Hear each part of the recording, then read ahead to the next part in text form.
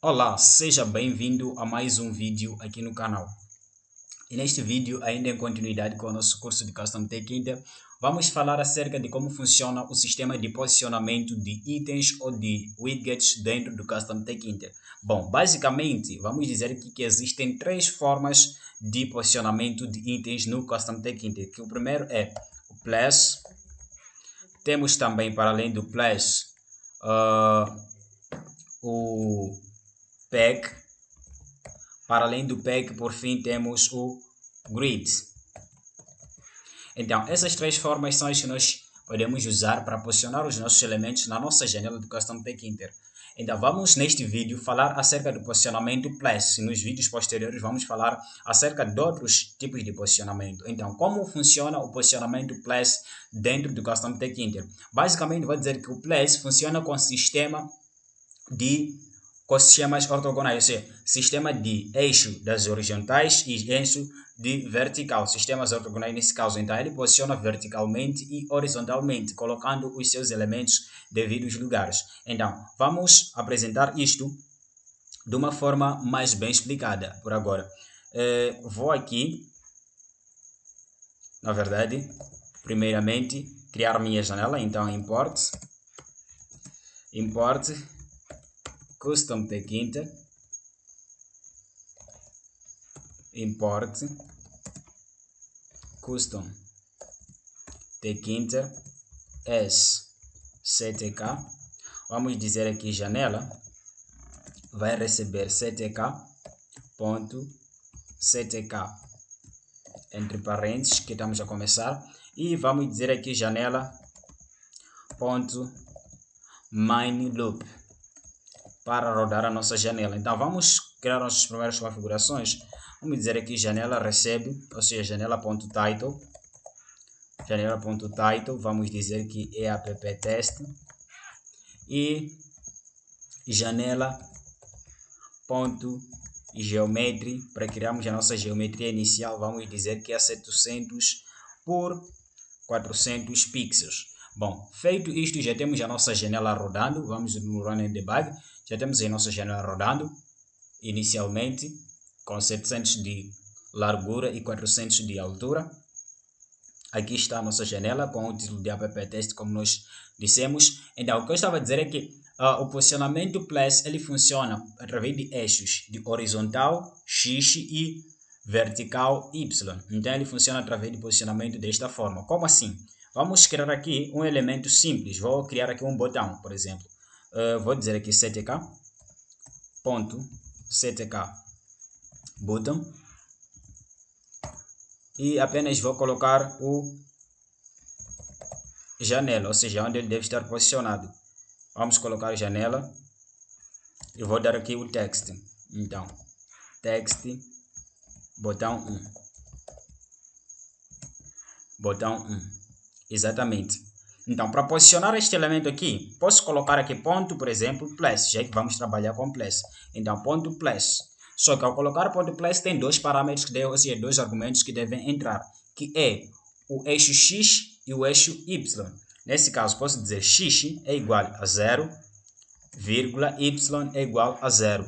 O que estou a dizer aqui?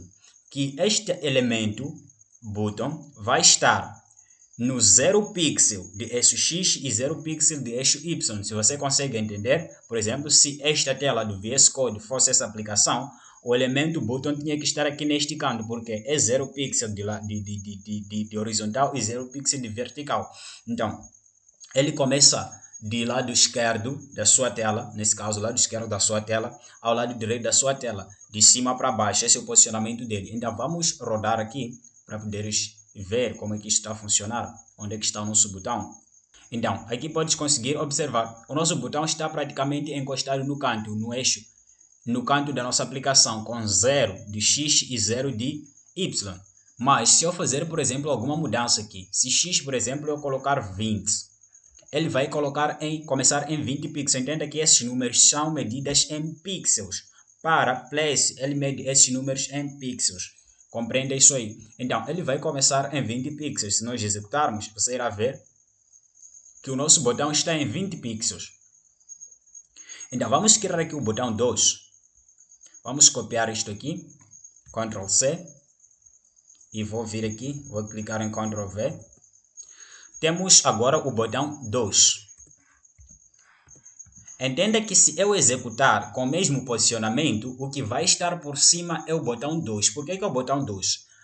O funcionamento ou a execução da aplicação parte de cima para baixo. Então, ele primeiro vai encontrar o botão 1, vai passar. Depois, na linha 13, vai encontrar o botão 2, que é esta linha aqui. Ele vai encontrar o botão 2. Se ele encontra o botão 2, também vai aplicar logo o botão 2, estará por cima do botão 1.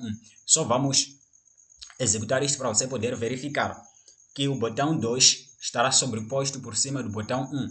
E o botão 1 estará invisível nesse caso. Por quê? Porque todos os elementos estão na mesma posição. Está aqui, botão 2 apenas e botão 1 não existe.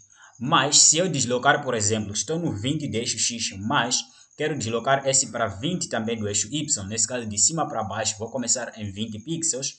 Se eu executar isto aqui, poderei ver que o meu botão vai executar ou vai saltar 20 pixels de cima para baixo. Então tenho aqui, você consegue ver aqui por cima o botão 1, consegue ver aqui por baixo o botão 2. Apesar de que ainda estão sobrepostos, mas pelo menos conseguem se ver que existe aqui dois botões. Então vamos colocar aqui, por exemplo, a 40 pixels. Vamos rodar novamente para poder verificar como é que está agora posicionado. Então, está aqui. Temos posicionado aqui. Podemos fazer o nosso terceiro botão, por exemplo. Vamos copiar isto aqui, Ctrl C, e vamos colar aqui Ctrl V. E vou colocar aqui X, por exemplo, começando em 200, já que a nossa tela tem 700 de largura. Então, vou começar em 200 de pixels de horizontal. E na vertical, vou começar vou manter assim. Então, entenderás que de cima para baixo ele estará na mesma posição, mas de lado para lado vai estar já deslocado. O que é isso que estou a tentar dizer aqui? É o que está visível aqui. Podes ver que aqui ele começou a 200 pixels. Aqui onde o botão começa é em 200 pixels. Então, de cima para baixo tem 20 pixels, até aqui onde o botão também começa.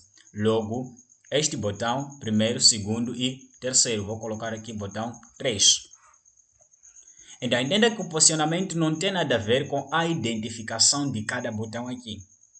Mas, o que acontece? Se, por exemplo, é mais prático, se, por exemplo, dizer aqui, BTN1 recebe, BTN2 recebe, BTN3 recebe. 3 aqui. Falta. Então, se eu fazer isto e posicionar assim, é mais prático. Por quê? Porque algumas vezes colocar o place aqui em frente, seja qualquer tipo de posicionamento, seja grid, seja place, ou seja, pack, dá erro. Por exemplo, quando nós queremos pegar dados, por exemplo, estamos a posicionar uma entry, queremos pegar dados, ele às vezes o custom take entry dá erro, você não consegue identificar aquele dado. Então, você tem que pegar este aqui, place, lhe mover daí e vir aqui embaixo, por exemplo, vou colocar btn1 ponto plus e vou colocar entre parênteses, onde vou colocar x começa a 20 e y começa a 0. É o que tinha lá na minha aplicação. Então, se eu executar novamente isto aqui, poderás ver que todas as informações irão aparecer assim como estavam, tanto quanto o BTN1, tanto quanto o BTN2, tanto quanto o BTN3, mas agora com uma ligeira diferença no código. Então, esta aqui, a segunda forma, é a melhor forma de posicionar, principalmente se forem elementos que você precisa lhes usar posteriormente. Estou a falar de entries, principalmente entries, você deve ter o costume de posicionar assim, com outra linha, botões, porque você vai precisar de usar a funcionalidade dela também, mas se forem labels, por exemplo, você pode posicionar assim de como essa está, não tem nenhum problema.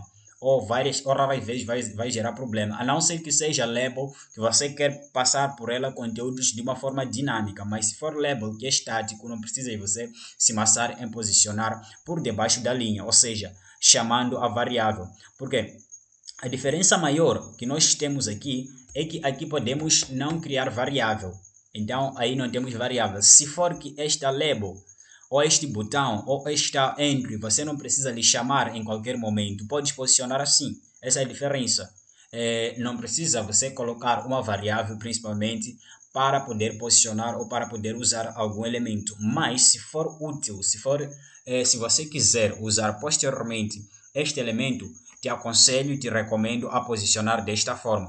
Se calhar você já passou por muitos erros, na verdade, por causa de estas coisas. Às vezes, um dos erros mais comuns que ele costuma dar, principalmente quando você usa programação orientada a objeto, nesse caso com classes e tudo mais, o principal erro que ele costuma dar diz que atributo, ou seja, ele não consegue ler o atributo, ou seja, element not não encontrado. Ele costuma dar um erro meio que estranho. Ele diz que não consegue encontrar os elementos que você tenta buscar, por exemplo. Por exemplo, suponhamos que essa aqui é uma entry, você precisa buscar os dados da entry. Se você chamar pelo get, o get não consegue buscar os dados da entry. Por quê? Porque o posicionamento ele interfere nesta busca. Por isso que quando você usar a variável aqui embaixo chamando, é melhor para posicionar. Mas, para além deste x e y apenas, tem outro, ou seja, tem outra forma de posicionar, que é o rel x e o rel y. O que é isso de rel x e rel y? Nesse caso, no plus. Então, você pode dizer aqui rel x e rel y. Entenda que nós fizemos o rel x e o rel y no botão 3. Então, vou dizer aqui btn 3 recebe. Então, fizemos isso aí no botão 3. Se eu executar isso aí, praticamente ele deve fugir ou deve dar um erro. Por quê? Vou te explicar se acontecer qualquer uma das situações. Ok, já fugiu. Entendes que ele já não tem aqui o botão 3. Mas se, por exemplo, eu remover esse rel x e o rel y, se eu executar aqui, poderás ver que o botão voltou, está aqui a 200 pixels e 40 pixels. Então, o que podes me perguntar, o que aconteceu afinal de contas? Vamos devolver aqui rel x e rel y. Então, esse rel x quer dizer a relação no eixo x e a relação no eixo y. Então, esses elementos vão de 0 até 1. É uma probabilidade. Então, posso dizer aqui 0,1, por exemplo. E aqui a relação no eixo y, vou dizer que é 0,2. No que diz respeito ao tamanho da tela. Entenda? É a posição referente ao tamanho da tela. Então, aqui estou mais ou menos a 20% de pixels. Então, entenda que essa é a porcentagem. Aqui estou mais ou menos a 10% da tela. Nesse caso, esse aqui, de outra forma de dizer, já que a minha tela tem 700 de largura, daqui até aqui estou a dizer que tenho 70 pixels. Mas isso é verdade? Eu vou te provar que sim, é verdade. Por que eu vou te provar? Vou colocar o botão 2 começando no X em 70. Então, vou colocar aqui, botão 2, X, vou colocar em 70, para além de 20. Colocando em 70, botão 2, entenda que se eu executar aqui, novamente a aplicação, poderás verificar que está aqui, botão 2 e botão 3 começaram todos no mesmo nível. Mas como assim? É assim mesmo. Por quê? Porque o plus aqui está a ser dito que em relação ao eixo X, ele vai rodar a 30%. Vamos verificar isto aqui. Em relação ao eixo X, ele vai rodar ao quê? A 30%. Então, é o que basicamente está aqui, aliás, a 10%. 0,1 equivale a 10%. Então, é isso que eu disse. Essa é uma probabilidade que vai de 0 a 1. Nesse caso, de 0 a 100. Então, 0 a 1 é mais ou menos 0 a 100. Então, ele está aqui a dizer que 0,1 são 10%. E 10% desses 700 aqui são 70. Por isso que ele está a começar no mesmo nível. Então, para além desta forma de posicionamento, para eu te apresentar novamente como é que funciona o rel X e o rel Y, podes aqui verificar que Onde eu comecei com 0,2, posso, por exemplo, no botão 1 eu colocar a 20% de 400. 20% de 400 são 40. 0,2 quer dizer que é 20% de 400. Então, 20% de 400 são 40. Se eu colocar aqui a 40, não vai ser visível. Por quê? Deixa eu te mostrar a nossa aplicação. Não vai ser visível porque... vai ser visível. Porque esta aplicação aqui, ele começou em 10. Aliás, começou em 20, este está em 70. Então, este botão vai estar por debaixo do botão 3. Por quê? Porque temos 20% aqui no RealX. Então, se eu executar novamente esta aplicação, poderás ver que tenho aqui o botão 2. Sim, o botão 1 por debaixo do botão 2. O botão 2, ele começa com Y a 40. Então, 20% de 400 é 40. 10% de 400, perdão, 20% de 400 é isto aí, 0,2. 20% de 400 é 40. É 80, digo. Então, ele está começando nesta posição. Por que está começando nesta posição? No 2. Por causa do tamanho da tela. Entenda que o rel X e o rel Y, vamos aqui mostrar-te. O rel X e o rel Y, ele existe para trazer aquilo que nós chamamos de responsividade.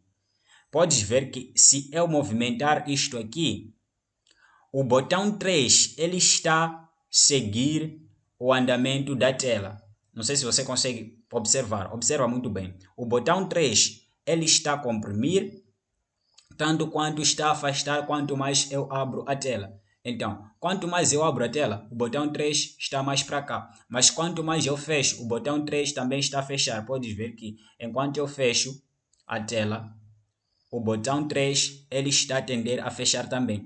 E idem para o posicionamento de X do eixo do Y. Quanto mais eu abro, ele está a abrir. Quanto mais eu fecho, ele também está a fechar. Mas o botão 2 e o botão 1, eles estão estáticos. Mas o botão 3, podes conseguir observar que ele segue um pouco a tela. Então, esse rel X e rel Y, ele serve para trazer mais ou menos aquilo que nós chamamos de meia responsividade no mundo do Python. Perdão, no mundo de Custom Tkinter.